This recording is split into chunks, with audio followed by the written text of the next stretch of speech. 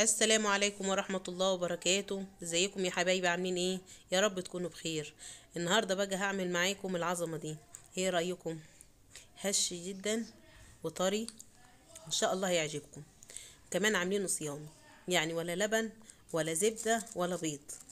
نبدأ معانا بقى كده المقادير بتاعتنا. هحتاج 5 معالق من السكر، وظرف من الخميرة الفورية، و3 كوبايات ميه دافيه، ونص كوبايه من الزيت.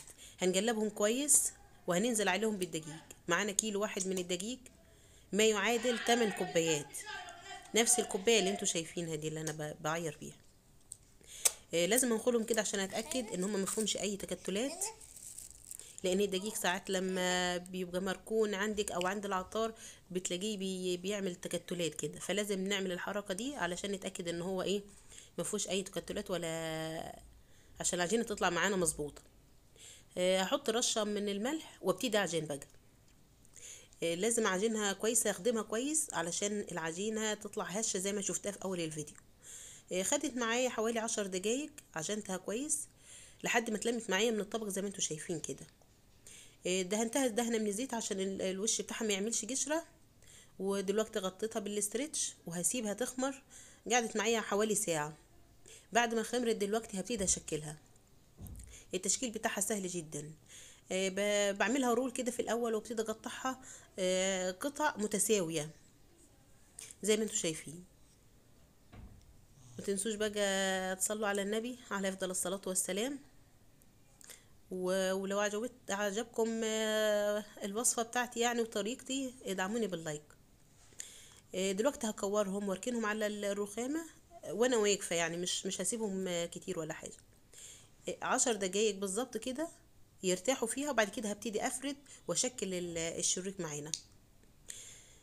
بفردها زي ما انتم شايفين كده كأني بعمل فينو، بس انا برولها اكتر وبطولها وابتدي بقى ايه، الفها.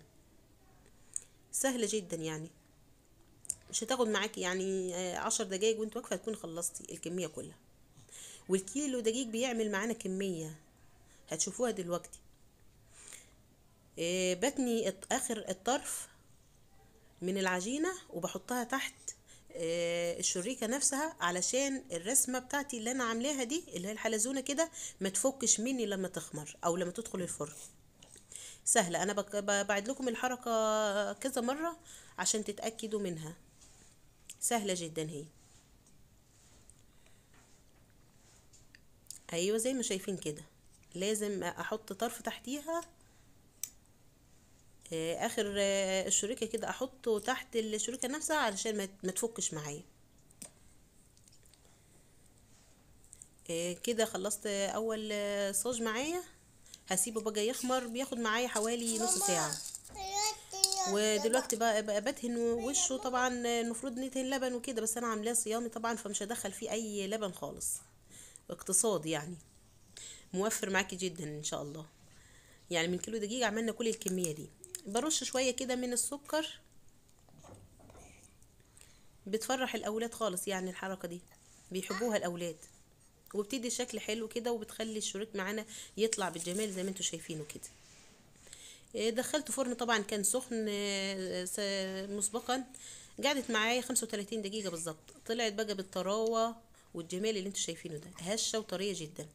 يا رب تكون الوصفة عجبتكم، والسلام عليكم ورحمة الله وبركاته.